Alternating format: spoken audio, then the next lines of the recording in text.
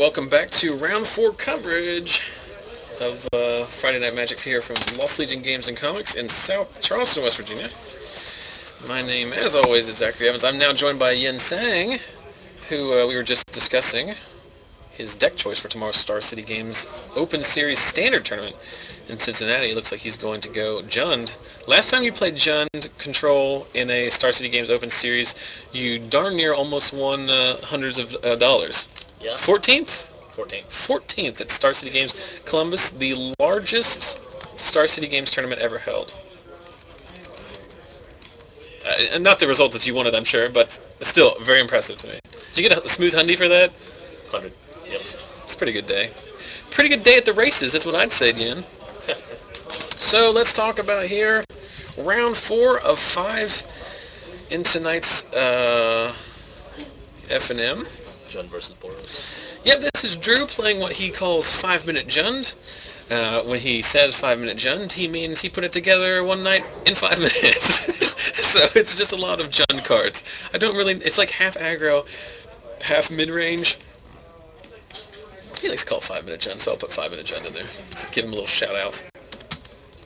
And then Jeremy Bales is playing just Boros Aggro, just like kind of humans, kind of not humans, but just pounding it down. Yen, did you watch? You didn't watch it because you're a working man, but the Pro Tour is going on today. Followed any of that coverage? Did you even know there was a Pro Tour today? I did not. Okay, that's perfectly fair, and we will leave it at that.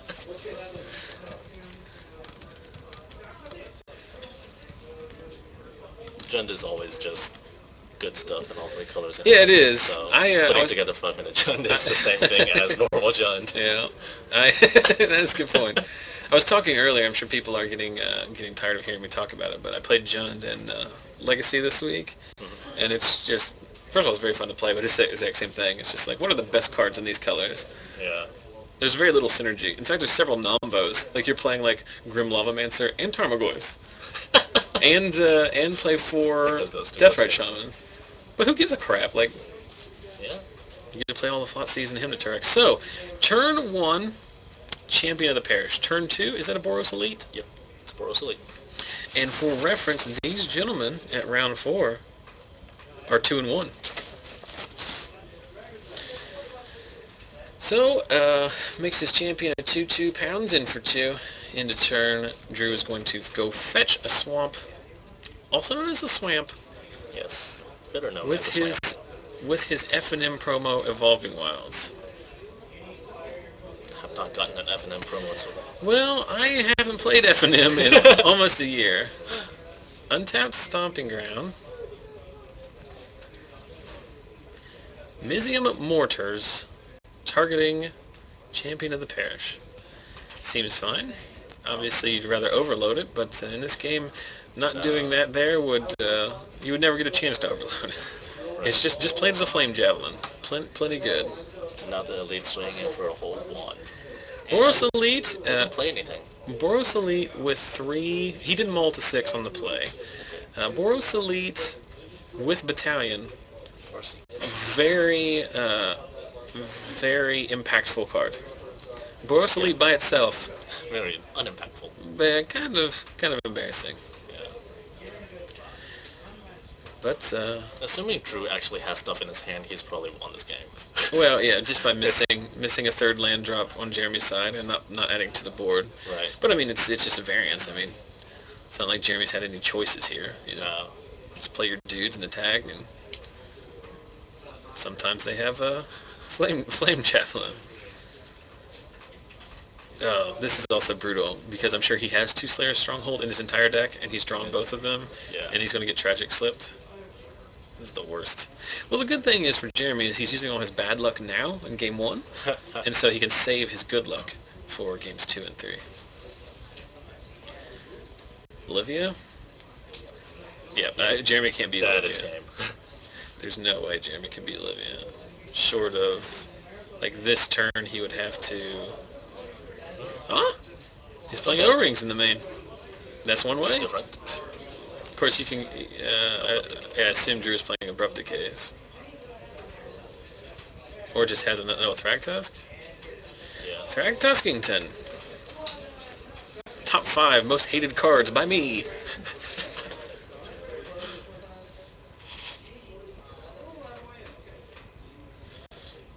Have you seen Yen Star Sea Games Invitational Qualifier coming up next month here at the store? At the end of March. March 30th. Yeah. You gonna be here? Assuming you're in town? Assuming I'm in town, yes. It's way too far out for me to actually... Oh, I remember you saying exactly that on Facebook.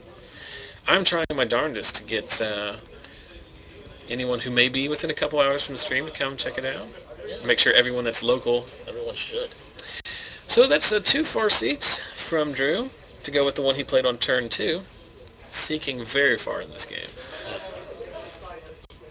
But the Thragtusk itself is going to be pretty difficult for Jeremy to handle. Yeah. I mean, it just outclasses all his creatures. Jeremy wins games by flooding the board long before Thragtusk makes an appearance.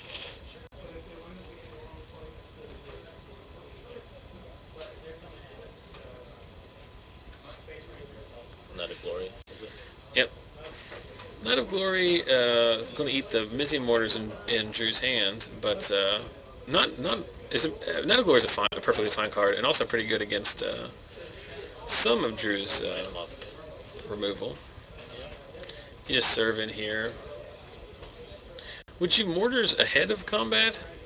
Or would you wait until at this point, you would just wait until he commits to the board and then get them both, right? Yeah, I mean, he doesn't have any mountains or any red sources at all. It's just two plains and 2 Slayer Strongholds. So Right. There's literally nothing he could have played that turn to make any impact. So Drew is basically trading the 6 life he's going to eat here it is because it's exalted. He's basically trading that 6 life for the ability to overload mortars. Yep. Is that Domri? I still don't like Domri. I know it's seeing more play. In Drew's hand or something? Yeah, he drew it.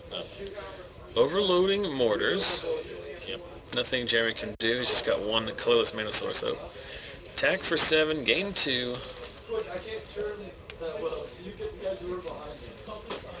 I'm not actually sure why people would play Boros over Naya if they're playing humans. And card availability is a big thing. I guess that's true. Well, basically, for green, you're just getting Rancor. You're getting Rancor, Selesnya Charm, possibly Tree Speaker Shaman if you want it, and Mare, right? Mare being the most important, probably. I'm using Burning Tree, Mayor, and Huntmaster. Oh, Huntmaster, yeah. That's a little bit slower of a deck. Well, turn 2 with Burning Tree, you can have... Yeah, you can attack for 6. Burning Tree, Mayor, or Burning Tree, Lightning Mauler, and whatever you had turn 1. What about Burning Tree, Lightning Mauler? Well, you can still only attack for 8, I guess. But I want to say that I did it. Well, so unfortunately in that game, Jeremy getting a little bit mana screwed. Having 4 lands is fine when 2 of them don't make any colored mana. Yeah, and he missed a land draw. So. Yeah, he missed one too. And like I said, he mulled 6 on the play. Yeah. Sometimes the games are decided for you way before you play a single spell. Before you play a single land. Yeah, that's part 2. I did comment earlier that it's very frustrating to me, or not frustrating, but it's frustrating to a lot of new players when they keep a hand that has lands and spells in it, and then still get destroyed, because while they had a good mix of both, they had a hand that could not possibly win the game that they're playing. And then they complain about their deck not doing what it's supposed to, knowing that mulliganing is part of the decision-making process of Magic. The game of Magic is one of the very few games in the world where the game starts back at your house when you're deciding what cards to bring. Yeah. You win or lose a lot of tournaments sitting on your couch talking to your buddy on Skype. So. Yeah, apparently Garrett is going to play junk mid-range or something. He said he was thinking about it. I won't believe whatever deck Garrett says he's going to play until I actually see him playing it. That is true. When he fills out the deck grid sheet and signs it, then he did ask me for Resto Angels and Altadats to borrow though, so that's a little more concrete than we've seen Alec Myers. His his Obsidat. He's won 2 games on camera so far with Obsidat. And one of them against Vickers wasn't even like, there wasn't any really competitive, like, strategic things going on. He just played 5 lands, catch Obsidat, won 4 turns later. Sometimes it happens. Yeah, I was watching him against Max. It was just, yeah. Let's see, I'd like to give a shout out, as I do every week, to our faithful viewer and Facebook friend, Nasty Nick Fiola, from South Florida Magic, who I am currently in the process of partnering with. I've got 2 very exciting partnerships lined up with people who also run streams and have YouTube channels and content and stuff like that. Awesome. Why not? What else am I going to do? I don't know. Just watch Justified reruns on TiVo. If anyone watches the stream, they're going to think that's all I ever do is watch Justified reruns on TiVo. And to be fair, that might be the case, but... So, a couple questions in the chat while we are sideboarding here. What is the Life Counter app? That is called Life Total, a very inventive name. I downloaded that from the iTunes store no less than 3 years ago, and it no longer exists. The closest thing you can get is something called 20 Life. Of course, you can also get the Star City app and a variety of... You will have no problem finding apps, but the closest one that mimics that very plain Life Total is called 20 Life. So look into that. Second question, how many people in the tournament? We started with 32. I think we're down to 31. Yeah, we're down to 31. So somebody has dropped. That's better average numbers. So the one person that dropped made it go 5 rounds rather than 4? He probably would have run 5 rounds anyway. Probably, yeah. 5 rounds has become the new, normal. It's normal. Well, because we have so many fine. people. With 5 rounds and this number of people, the time is not that huge a deal, especially since they chop so freaking much in the top 8, which drives me nuts. But it also gives you more of a sense that you can control your own destiny. Like with 4 rounds and this many people, God forbid you lose, because you can't play your way out of it. This is basically single elimination at that point. I will now type in shit.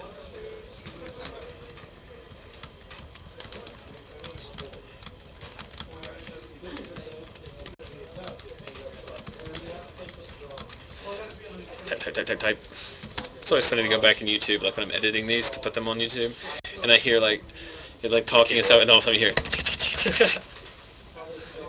The worst is one week Brett Rose was in here helping me, as we see a turn when Boros Elite from Jeremy. He was helping me commentate, and he was opening a bunch of prize packs he'd won in past weeks. Mm-hmm. And so the whole time it'd be you'd say something and you hear, because he was doing it very close to the microphone. Turn 2, Knight of Glory. Exalted lets him get in for 2. But again, the Slayer's Stronghold. That's not a second land that you want to drop. Which means he doesn't have another colored mana source. Right. Searing Spear on the Knight. I'm hoping for the instance of good television and fair play that Jeremy just drew a mountain. Nope. Thalia. I would have played Thalia last turn. Would you have? Unless he just drew it this turn, but yes. Against you get in more damage this way, but you slow them down so much. 1 damage is not worth anything. Yeah, Vampire Nighthawk for Drew on curve. And there is the mountain. The John Avon Zendikar Full Art Mountain. I know my Zendikar Full Art lands. It's a John Avon one. I'm going to get so many of them tomorrow at Cincinnati. I'm going to get them all. Foil ones. I'm going to treat them as Pokemon and collect them all. Of course, foil ones. I look like a fool that would not play foil. So here's the Knight of Glory. Allows him to get in for 3 first strike to get past that Nighthawk. I did miss 2 damage on Drew's side because he did have to play a Blood Crypt untapped to play his Nighthawk. He does have looks like he has a Thragtusk in hand. Tragic Slip on Thalia? Yes. But it looks like Drew might miss his 4th land drop here, which is basically the best way you can lose this kind of matchup, is to never play a 4th land. Right. On the plus side, the Nighthawk. Yeah. Now that Thalia's gone, it's going to help the race considerably. Yeah. Can he play... Interesting here if Jeremy can play a 1-drop, give it haste, and then pile in. Lightning Bolt? I don't know. Yeah. O-ring. O-ring. Okay. Well, It's fine. Attack with your Knight of Glory, and for 3. Much more competitive game 2 than game 1. No, but I mean, he can play a 1-drop, give it haste with the stronghold, and get your battalion trigger. Here comes a Rakdos Key Rune. A little bit too late, though. Because it's not going to impact the board at all this turn. It's also red and black, I think. So Knight of Glory still can't go past it. Yeah. It cannot black. All of the key runes are double colored. I should know because I play it, but I don't know. You know, I say that now, and I wonder if it is. Or is it just colorless? I'm pretty sure it is. So there's Champion. Is he going to, in fact, do what I said? Yep. He's going to give it... Is it Vigilance and Haste? Yeah. So we get +2/+0 Vigilance Haste. Yep. So he's going to get in for 1, 2, 3, 4, 5, 6. 6 with the battalion trigger. So Drew, dead on board. That'd be 8, right? 3 from the elite, 3 from Champion, and 2 from... No, Champion is just 1 pump. Slayer Stronghold gives it +2/+0. I don't think it gives it any pump. I think it just gives it Vigilance and Haste.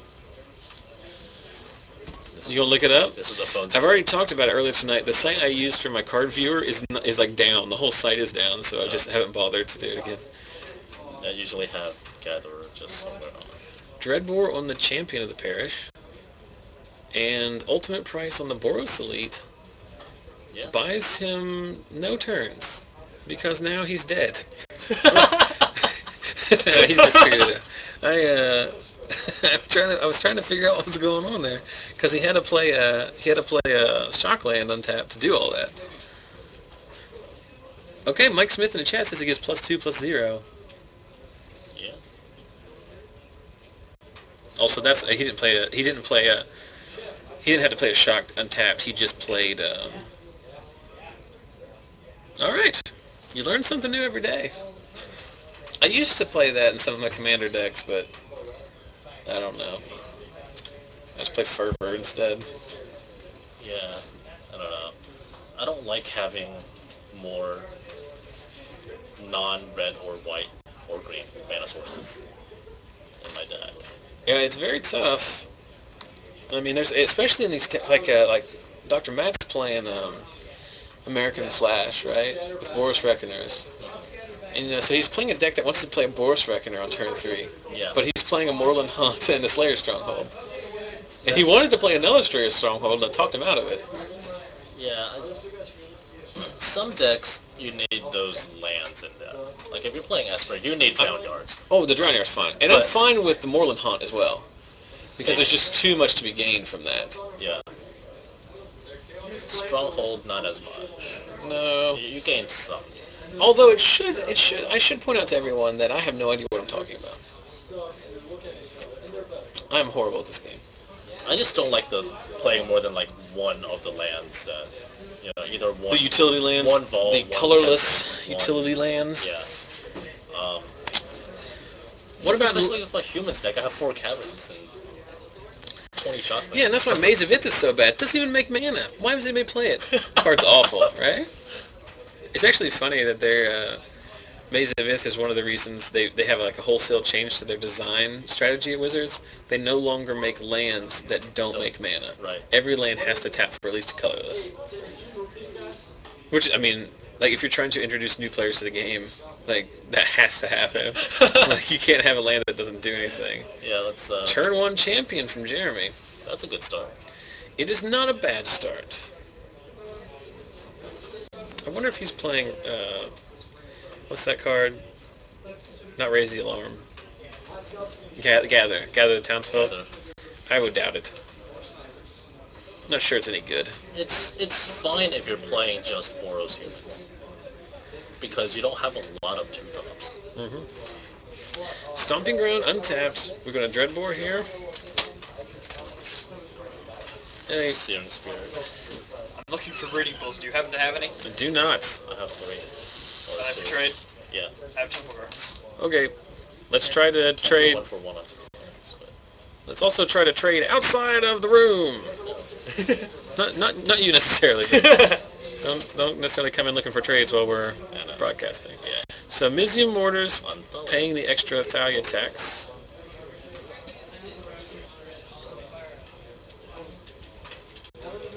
Turn 2 Thalia is so brutal. Knight of Glory. Curious as to how many Thalias Jeremy is playing. I would play most of them. Another Mortars. It seems like Drew, in the 5 minutes he used to build this deck, spent about 3 of them finding all the Mizium Mortars he can. So there's the aforementioned Slayer Stronghold.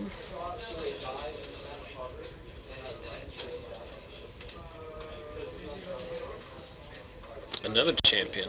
Turn 4 champion not nearly as good as the turn 1 champion. There's a Knight of Glory. And with 2 mortars already burnt, you can, if you're Jeremy, you can at least seek solace in the fact that those are probably going to have to be dealt with on a 1-by-1 basis. Ultimate price on the champion. His whole deck is removable. But that's Jund. I mean, that's how they draw it up, right? It's not an accident. No. Like you put that, I killed that. And a Farseek.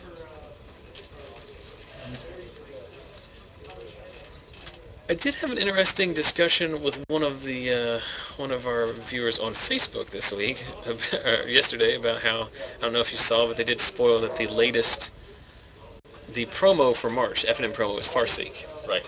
Which I don't like the art on it because it's very Selesnya. It has a Selesnya, like, it's like a dude holding a spear, and it has Selesnya logo on the top. I don't know, Farseek is supposed to be a card that's like, it's good for everything, not just Selesnya stuff, right? Kind of is, but I guess... Well, whatever. I mean, I don't want to get lost in the art. You know what I mean? But, then I had to explain to someone why it was better than Rampant Growth. I'll just leave it at that. I don't even know what Rampant Growth does. It does Farseek, but only basic lands. Oh. And you had to explain that. Okay. You really don't know what it does? No, I don't know what set it's from, but I don't think I was playing when that was a thing. Rampant Growth has been reprinted like 1 billion times. What is this? Clan Defiance. Oh, it's the Fireball? Yeah. It's the one where you choose... You can do a creature, a flying creature, or a player, up to all of them. Up to all of them, yeah. Up to... They did it for 4, I guess. But now Drew is Hellbent, right? I was going to say, I've watched Drew play for many years, or for many times, and I know this, Drew will not hold a land in his hand to bluff. He's incapable of doing that. Did he just get skull cracked? Yeah, Jeremy just skull cracked him. It's a near Heath Pilgrim, right? Yeah. Is it 2/1 2/1 Soul Bond, lifelink? Yep. If you Soul Bond. If it's paired, it's lifelink. Tragic Slip. Yeah, Tragic Slip. Sure. Why not? Yeah. All removal, all the time.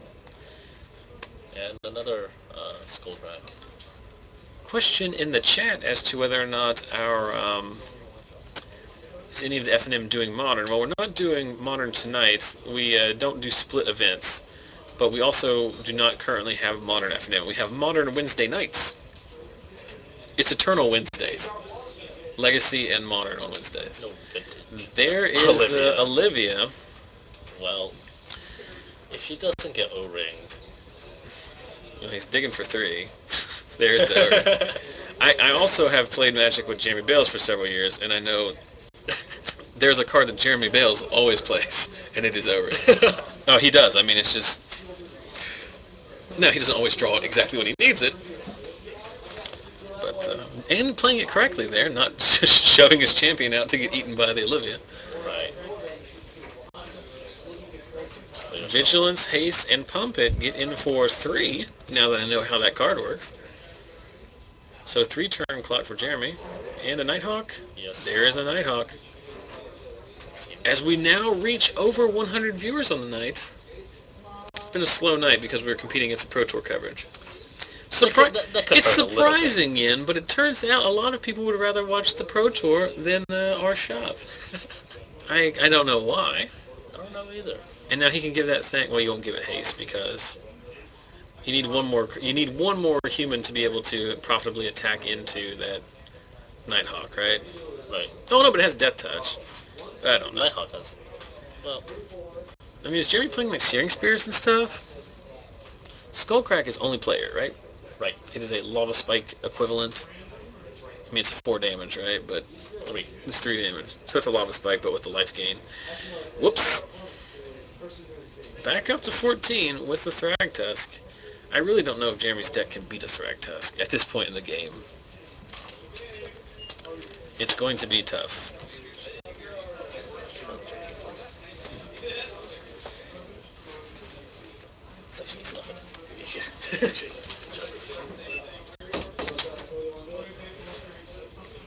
So did he Boros Charm him? Well, there is a Boros Charm, so something happened. I got distracted when someone came in to get their belongings. People always like to put their stuff in the room, which I don't mind. But I tell them, please don't come in and out all the time. Although that is Brandon, who just came in to get his jacket. He's not come in all the time. Someone said hi to you. Hello. Hello, Zach from Matthias. Well, our players are thinking. Well, hello to you. I've already told people that I'm leaving in the morning for, he's going to trade Boros Elite for Thragtusk. I guess you have to, right? Well, let's see at 9. Yes. I mean, you could argue. Trade. You could argue that I think you can make arguments towards either end result. I would have traded because unless he draws down the O-Ring, Nighthawk just keeps you stabilized at life. Right. Plus, you open yourselves up to Boros Charm shenanigans and take 6, and yeah. there's a point at which you are subject to getting burned out. Right. So another 4-point swing from the Nighthawk.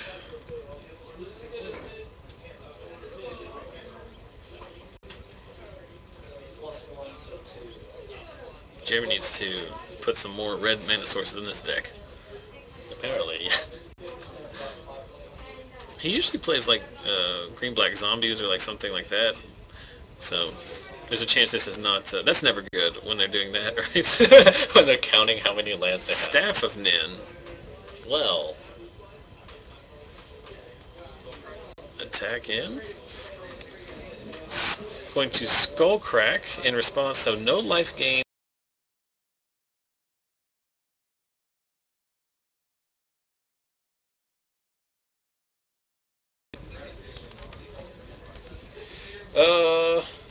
I mean, I think we're back. I don't know. They're done playing. I should go out there and ask and see who won. So, what happened? If you're still watching us and the stream is live, which I cannot confirm if it is or if it is not, what happened was my computer just... Offline. What? Well, it just loaded up. Okay. What happened was my computer just straight crapped itself. Yen witnessed it. It was awesome. Yeah. It's like Joseph Technicolor Dreamcoat there for a little while. I've not ever actually seen that happen. I've seen crashes. I have not seen that. Alright, so I have no idea. They're down to 13. Yeah, it always happens. Yeah. I mean, I don't know. Usually when it crashes, usually when the thing crashes, I just consider, like, just going home. Because, like, you're never going to... We went from, like, 100 down to, like, 13. And it's very obvious the reason you do that is because, like... I mean, people don't want to watch an empty screen for so long, but... Yeah, so the computer crashed, and when the computer crashes, everything goes dark, obviously, and it takes me a certain amount of time to get everything up and running.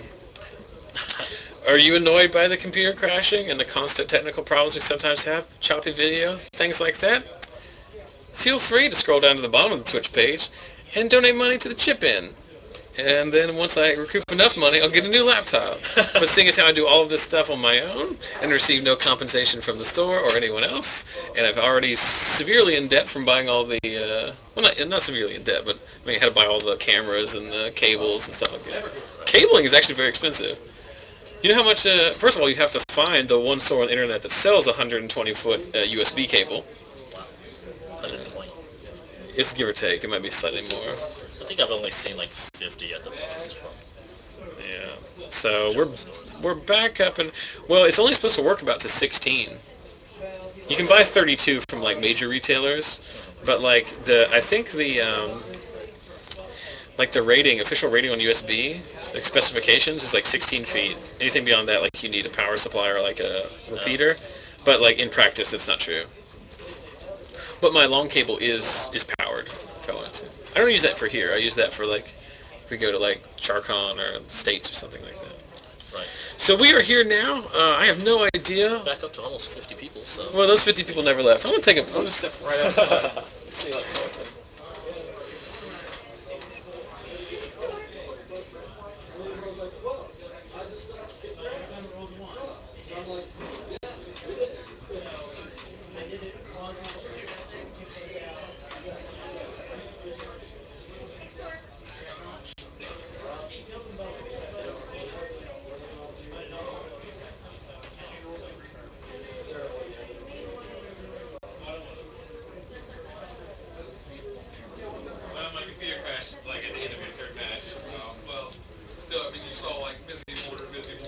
He has a lot of removal. Drew one. John to one. Yeah. So John to one. Looks like everybody is finishing up out there, so I'm not going to bother trying to go get another one. So for those of you who are continuing to watch, thank you for your dedication. It's always frustrating. There's been a couple weeks where like we had like really good numbers early. And we always get more as people like come back from their own FNM. As it gets later in the night, the numbers always go up. But there's been like a couple weeks where like there's some kind of crash or like the internet cuts out or something, and then you lose those people. And I'm always curious like how many we would have if it was like a good night. We had a ton of viewers and like it just quality signal through the whole time. Like no long breaks with no matches, because sometimes there'll be like we'll go out there and there won't be anybody playing like going to their next game or whatever, and so you don't have another match on. Yeah. And so usually people don't want to listen to me sit here and talk and blab about random bullcrap. So let's talk briefly while we're killing time here. Let's talk about we're going to Star City Games Cincinnati tomorrow. We've already talked about it. We've already talked to Max briefly about his deck and his deck choice. We didn't really get into it that much. What was he playing tonight? Grixis. Okay. He's playing Grixis tomorrow. Yeah, I saw that. But his main thing is he just wants to play control because he doesn't want to be like, he doesn't want to play like a super linear deck that's like, he doesn't want to play like a super aggro deck and then like not have a prayer against some decks. He just wants to play, he wants to play the 60% deck against the field, you know what I mean, or the 45 or 50% deck. So he just wants to be prepared. So he's playing Grixis. You, also a resident control pilot, you played Jund control of your own concoction. I always remind people, your own Jund deck that Yen played to a 14th place finish at Star City Columbus last month. Last week you played Esper on our stream. It was a round 5 matchup. If you should go back and watch that if you haven't seen it. It was very good magic. You twice stabilized at 1 life against an aggro opponent. You beat a 3 Rancor draw. Yes. And turn 2 blind obedience is very good against the haste deck. Very good. It's got. Hey. So you're going. It's also good to see all of my terminuses. Yes, you drew well. There was one point where you only had 1 card in your hand, and it was a Snapcaster Mage, and then he played something that would have killed you, and he's like, snap back, dissipate. Like, there's a couple times where like you were dead. Also, there was one instance, since we're talking about it, he made a misplay that he should have won game 2. Yeah. I didn't see it at the time because I wasn't, to be perfectly honest, like there's enough going on in here that like I don't catch all the intricacies. But remember when you like quad blocked one of his dudes and you're supposed to go to 1? Like he had Tragic Slip. He Tragic Slipped something at the end of your... He Tragic Slipped, I think, Obsidat at the end of your turn or whatever. If you'd just done that to your Lingering Souls token beforehand, we got 1 more trample damage in. Well, I would have... Well...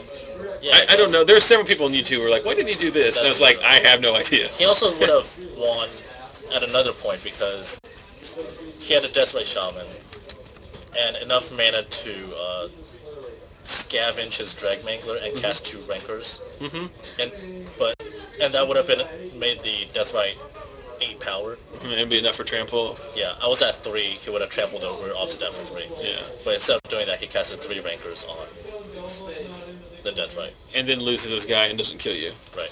Right. Scavenge is like difficult because you got to remember that card is in there. Because most of the time you're just playing the Drag Mangler. It's a 3/3 haste guy, and you forget that you can do this thing to it at the end. You got to remember it's in your graveyard. But anyway, so you were thinking we've been talking earlier tonight off camera. You're thinking about moving away from Esper back to Jund for tomorrow. Yes. And that is based on what? It's based on Esper versus Jun, it's based mostly off of my inexperience playing Esper. You have played a lot of Jun in the last 12 months. Yes, So and I've also play tested it against humans, which I think is going to make up like 1/3 of the field. some kind of like, there's going to be a lot of Naya decks. Yeah, there's going to be a lot of Naya, a lot of like some Boros. You have already told, lot of we've red already decks. talked about how you have multiple ways of killing a Boros Reckoner, which is very important. Yes. Because people like Scott Driver are going to be playing Boros Reckoner, wrecking people's faces with them. People like Scott Driver with the Facebook post about how he's going to play red deck for the next 2 3 years. Yeah. Well, it's pretty good right now. There are some times when it's basically unplayable, but right now it's pretty well positioned. And that's because you have like a card like Reckoner, which is like Yeah. not really a red deck wins card, but like it's hybrid mana lets you play it in red. You know what I mean? So I mean you can't not play it. It's so good. Basically unblockable. Even last season, red wasn't really a paper deck until very late, but it was pretty good on Modo, which might have been because it was so darn cheap. I did mine with mono red last year when it was supposed to be unplayable. Well, it's just one of those things where there's some, especially in the last standard before the new Ravnica cards, there are just some matchups like it's like almost unwinnable. But like against the other 75% of the field, it's just a regular matchup. You're 60-40 some, 40-60 other. It definitely felt like bringing a knife to a gunfight most of the time. Yes, there's a lot of Thragtusk rolling around. As someone who had to play mono red decks during the reign of Wormcoil Engine, I don't. Like that's the worst. I brought my cube earlier. We were here early, and Dr. Matt and I cubed some. And still, it's just the way it always is. Like I end up with a deck that's like playing Red Guards and Goblin Guide, and he has a control deck that's playing Wormcoil Engine, and I lose to Wormcoil Engine. Actually, specifically, I lose to Survival of the Fittest, discard a creature, get Wormcoil Engine, play Wormcoil Engine. It's a double rub-ins because you heard it here first, guys. Survival of the Fittest, very good Magic card. I wonder if they'll ever whether they'll ever unban that card in Legacy. I imagine they will never do that. It's just too good. Too good with Vengevine. Question in the chat from Chaz about whether or not there's any update to Max Turner's Rug Delver list that he played a few weeks ago. For those of you who have watched in the past, you'll know every couple weeks Max Turner lets us pick the deck he plays for FNM. We have polls and on our Facebook page that lets you vote and suggest decks and whatnot. He was actually supposed to play tonight Goblins, but because he's preparing for tomorrow and he had some other stuff going on throughout the week, he didn't get a chance to do that. So we'll move that to next week. But a few weeks ago he played a Rug Delver list, which was basically like blue-red Tempo Delver with Huntmasters. And wouldn't you know, he won the whole darn thing with it. He won. We actually played all the top 8 out, and he won with it. I don't think they've made any changes to that deck because I don't think he's ever played that deck again. He just played it for that night. But there's also a request in the chat to talk about Sam Black's deck. So you guys, I already talked to Yen, I'm assuming you didn't watch any of the Pro Tour coverage today. Did you watch any of it? I did not. I only watched a little bit because I was off work early today and we were watching it here. Right here, because like I'm in a Magic store, I'm conscious of it, yeah. But obviously if you're working, you're not watching it. But so Sam Black, noted deck designer and member of Team Star City. He has built the deck that Star City's team is playing, or most of them. And it is a deck that is super weird. It is like Oro Shard, so it's like black, red, blue, or black, red, white. And he's playing, it's a human's kind of shell. He's playing Champion of the Parish. He's playing Lingering, I'll just list the cards that are in his deck. Okay. Champion of the Parish, Lingering Souls, Cartel Aristocrat, Boros Reckoner, Sorin, Lord of Innistrad. So he's playing like this white-based like humans deck, but he has tokens. He's playing Doomed Traveler, and he's playing Cartel Aristocrats. And his main thing is it's basically like, do you remember his deck they call The Walking Dead? It's like the Legacy deck that's like Blood Gasks and Carrion Feeders and Value, Cabal Therapy U. Yeah. It's like the same kind of thing, but in Standard. And excuse me. Basically, the deck is designed to never lose to Boros Reckoner. Like, it never does damage. He always just like sacks a Doom, blocks it, sacks a Doom Traveler to it, his Cartel Aristocrat gets pro whatever. It's just a super value engine, and he just they're all doing very well. Like Tom Martell's 6-2 and all. And it's just, I don't have a list for it. I'm sure those will be up later on. But it's very weird because when we were watching the coverage, he had a board state that was Doomed Traveler, Boros Reckoner, and a Cartel Aristocrat. And I'm like, is this some kind of Humanimator deck that's splashing for Boros Reckoner? Because that seems really awkward because the mana in the Humanimator deck is not good to begin with. Because you're playing you're trying to play Huntmasters, but also all of these red discard spells and then the Cartel Aristocrat and all that kind of stuff. But then he just kept playing more cards. I was like, why is Sorin in this deck? Why is Doom Traveler in anything? But it's very interesting. Some of the other decks that have been interesting coming out there, they're playing American Flash deck with Harvest Pyre and Boros Reckoner combo. Yeah, I didn't think of that one. I thought about the Act, I didn't obviously, either. in the Reckoner. Yeah, Black from this Axe is something that's, it was the exact same situation. Something's on your radar, because you're familiar with it because, Stuffy Doll has been around. So you think about that. But, I did not think about Harvest Pyre at all. And we saw one of the games we were actually watching on the Pro Tour, I think round 4, was Martin Juza, who's one of the Channel Fireball pros. He won a game that he should not have won because he had a Reckoner and a giant graveyard and Harvest Pyre for 15, and that was enough. But again, it's susceptible to spot removal and stuff like that. But it's still a good out to have. Harvest Pyre is still a good card. It's still removal. Yeah, 15 damage for one card's a good out to have. I approve of that. We did hear time called out there, but I think we're still a few minutes away from. Rounds have been going long tonight. It's 10:30 and we're not even done with round 4. Yeah. So. Question: Does Boros Reckoner and Azorius Charm? Are you talking about the infinite life total? Yeah. So here's what you need. So you get for infinite life, because Matt's playing this tonight, Boros Reckoner, Azorius Charm, Boros Charm, 1 damage to the Reckoner, infinite life. Also goes off with Frontline Medic. Yeah, you just keep directing the he gets his trigger, you target himself, right. He deals the damage, he's indestructible, he gains lifelink, gets another trigger, lather, rinse, repeat. It is a 3-card combo that requires some sorts of damage, so it's technically a 4-card combo, or it has to be done during combat. But the thing about that is Boros Reckoner is a good card, and both the charms are good cards. So you're playing just 3 good cards that occasionally sometimes interact with each other to have this awesome game-winning combo. And Frontline Medic's a good card. Oh yeah, Frontline Medic too. Is it Battalion Indestructible? Right. Okay, so it eliminates the Boros charm. Yeah. It's indestructible until end of turn too. Yeah. So that would work too. So basically, some kind of indestructibility effect and Reckoner and Azorius Charm will gain you all the life. If you use Illusionist Bracers, is that infinite damage? No, because Illusionist Bracers you have to. It's an activated ability. Illusionist Bracers say when the creature that it's equipped to uses an activated ability, you get to copy that one for free.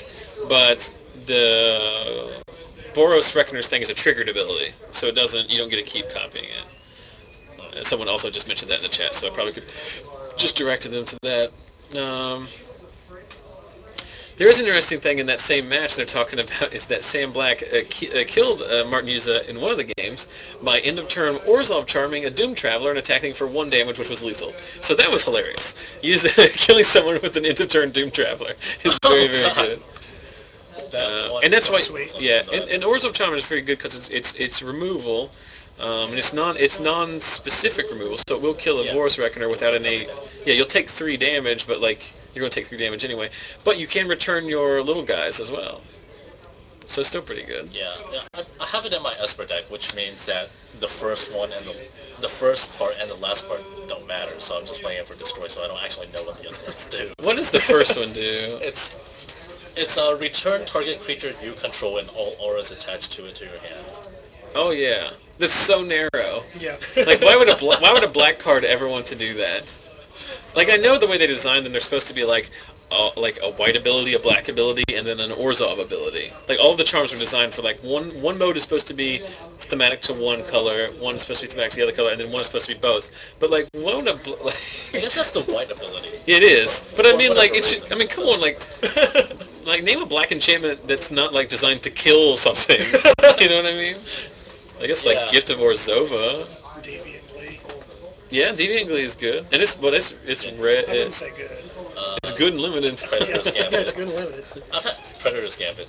I've had like 5 of those. In Oh yeah, that one thing from M12 limited or M13, Mark of the Vampire is that what it's called? Oh yeah. That was good too. 2-2 and lifelink. Yeah. That's good too. Madcap Skills is good and limited. Yeah. It's red though. I was talking with Matt about that earlier today. He doesn't like it. I love it. I don't like to play He doesn't like aggro decks. He doesn't like to play 2-for-1s. Madcap Skill is so awesome. I've had like turn 4 wins playing Boros Unlimited because of a turn 2 Madcap Talk to Skills. Matt. Talk to Matt. What do I have to say? And it's just limited though because there's... The winner. SKD good. Animate Dead is the best black creature enchantments. Because I look at the heck out of that. I guess that actually... Yeah, Commander. Well, yeah, Legacy and also Commander. Yeah. I recently got around to putting together my Mimeoplasm EDH deck. I know you used to play that back in the day. That's very fun. The week that I was into EDH, before I figured out that I guess I'm too much of an ass-bee to figure out the social contract. So I was like, okay, I'll just go back to... The problem with EDH is sometimes you have to play with a lot of people Right. that you don't want to play with. My problem with EDH is I don't want to play EDH with more than 4 people. I have a hard rule. 4 people or lower. Yeah, I have to actually see what's going on, especially in EDH because, like, I literally do not know what half the cards do. Right. That's if I have to stand up to see the game state... That's also part of why I don't like playing EDH that much because whenever someone plays something, I always have to look at it. Mm-hmm. And then I don't know... It's too much work for you? Yeah. You're like, I work during the day. I read a lot during the day. I'm not going to read now. I also don't know what the synergy is when they play something, other than something like... So there's a question from P. Meowingtons, which I think is a good name, in the chat saying, just getting into trading card games, what's the best way to learn Magic? You ask if it's using the Steam game on the computer to play. Yeah, the best way to learn Magic is to play Duels of the Planeswalkers, which is you can get it on your iPad, I believe, and you can also get it on Steam, and it's available on Xbox and PS3. It's very good at learning the core instructions, core rules of the game. It's also, it's just a fun game. Have you ever played those games? My brother-in-law has an Xbox, and he downloaded, the demo version, and I played it over Christmas last year. It's perfectly fine. Didn't Carrie Oliver basically go from duels to grinding onto the Pro Tour Yes, in 6 months or something? Yeah. Ridiculous. As someone, and you played back in the day, Scott, when I started as well, you remember that they used to make pre-constructed decks, or things to teach you the game, and they were garbage. They were the worst thing you could possibly do with your money.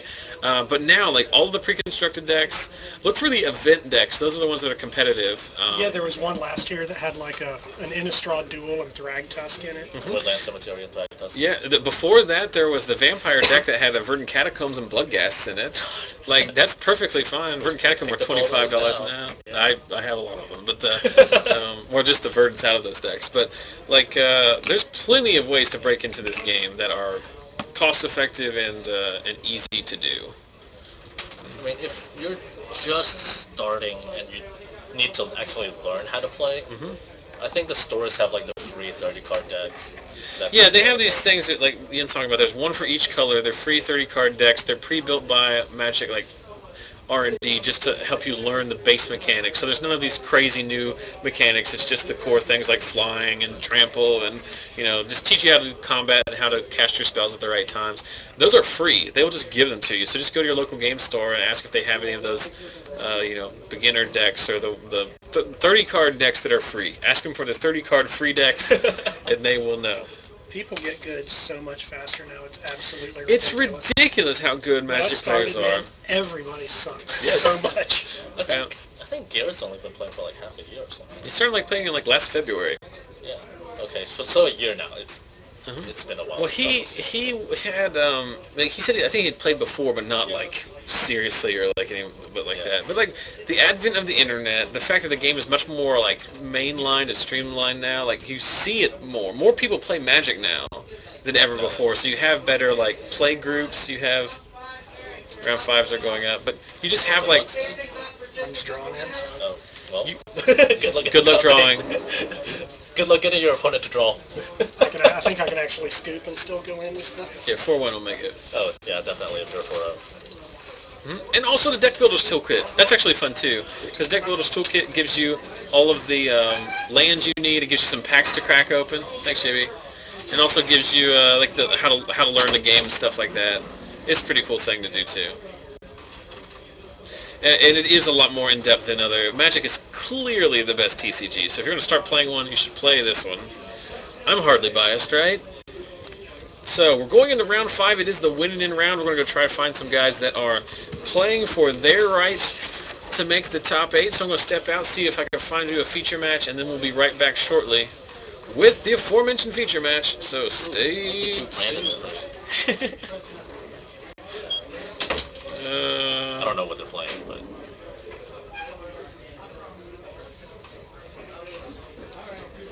Alright, we'll go find somebody.